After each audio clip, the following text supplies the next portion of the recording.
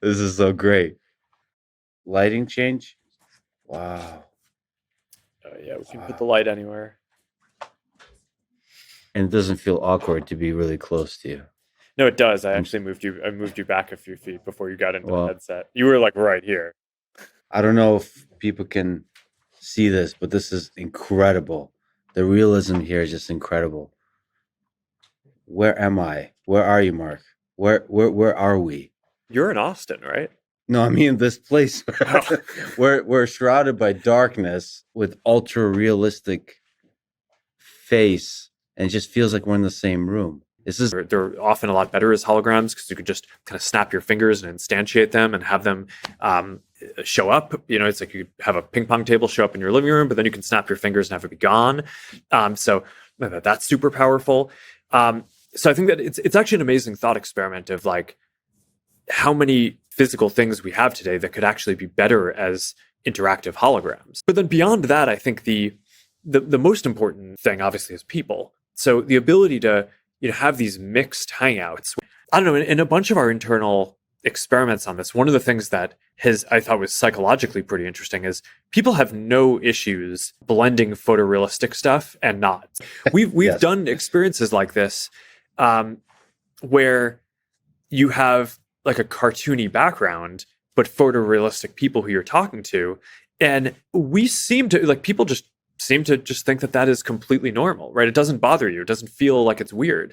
Another thing that we've experienced with is basically you have a photorealistic avatar that you're talking to, and then right next to them, you have an expressive kind of cartoon avatar.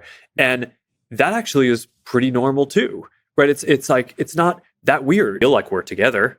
So I think that the dream is that people will one day be able to just work wherever they want, but we'll have all the same opportunities because you'll be able to feel like you're physically together. I think we're not there today with just video conferencing and the basic technologies that we have, but I think part of the idea is that with something like this, over time you could get closer to that, and that would open up a lot of opportunities, right? Because then people could live physically where they want while still being able to get the benefits of being physically or kind of feeling like you're together with people at work, all the ways that helps to build more culture and build better relationships and build trust, which I think are real issues that if you're not seeing people, in person. It's I don't know how to put it into words, but it just feels like a fundamentally new experience. Like I'm seeing maybe color for the first time.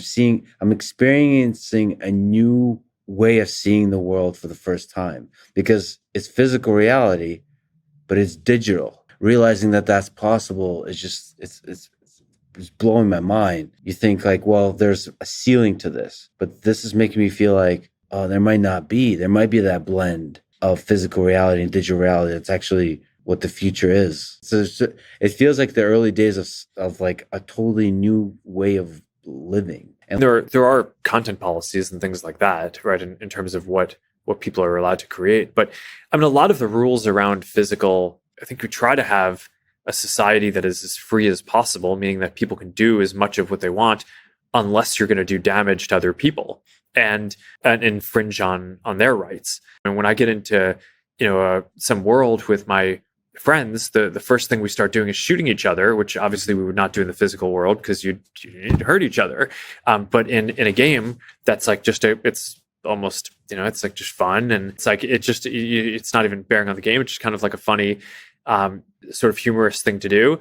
So it's like, is that problematic? I don't think so, because it's fundamentally, you're not causing harm in that world. So this isn't like smartphones where companies put out a new smartphone every year and you can almost barely tell the difference between that and the one the year before it.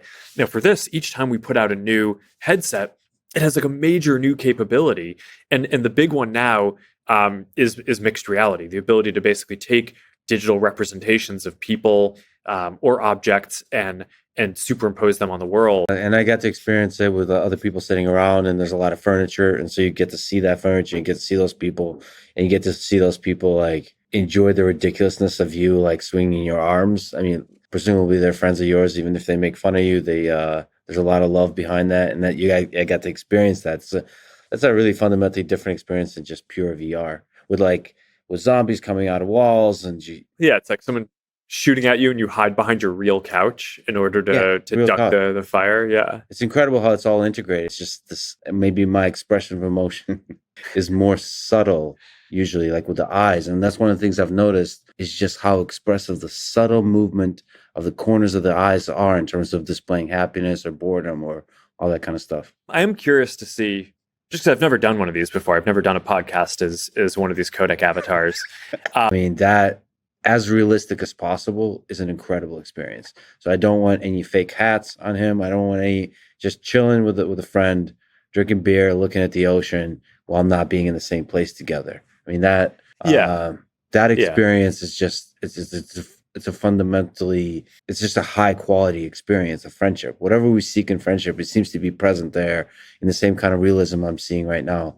This is totally a game changer. So to me, I can see myself sticking with this for a long time. But I'm already, sorry to interrupt, I'm already forgetting that you're not real. Like this is really, so Well, I am it's novel. This is just an avatar That's- version of me. But That's a but deep here, philosophical question, yes.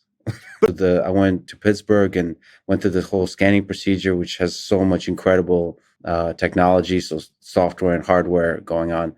it starts off with a small number of people doing these very detailed scans, right? And before there are a lot of people who we've done this kind of a scan for, we probably need to kind of over collect expressions when we're doing the scanning, because we haven't figured out how much we can reduce that down to a really streamlined process and extrapolate from the scans that have already been done.